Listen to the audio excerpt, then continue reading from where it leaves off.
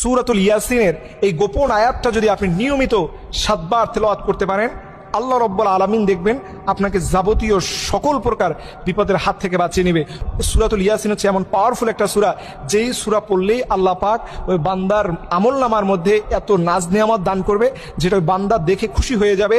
এবং সূরাতুল ইয়াসিন যদি কোনো ঘরে ফজরের নামাজের পরে তেলাওয়াত করা হয়, আল্লাহ রাব্বুল আলামিন ওই ঘরের মধ্যে এত প্রকার রিজিক দিবে যে বান্দা গুণে শেষ করতে পারবে না। এর জন্য আপনি নিয়মিত সূরাতুল ইয়াসিনের এই আয়াতটা, এখন এই আয়াতটা পড়ার আগে আপনাদেরকে একটা দোয়া কবুল হওয়ার মাধ্যম শিখিয়ে দিই।